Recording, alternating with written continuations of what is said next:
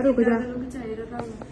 देखो कल तो मैंने तैयार करिया सीगा, मैंने बहुत सारे कॉम्पलीमेंट्स मिल रहे सीगे है ना, सारे ने मेरा मेकअप जानी बहुत पसंद किया। आज मतलब उस तो भी बेस्ट कर दूंगा ना, मीनस भी एक डिफरेंट जी लुक आ जाए है ना, एक ब्राइडल जी मतलब बढ़िया लुक आ जाए, बस सारे देखते रह जाए बस शौक हो जाए। Let's get start. हाँ जी, पर किवें लगे मेकअप? बढ़िया लगे, सोहना वा, बहुत सोहना वा, क्या है जी। देखो मेरा मेकअप बहुत बढ़िया लग्या है। अगर तुसी भी इस तरह का ब्यूटीफुल मेकअप करवाना चाहते हो तो तुसी glam by Jaspreet, glam by Jaspreet उन्हां दी आईडी नु फॉलो करो, बहुत सोहना मेकअप करते ने, ठीक है।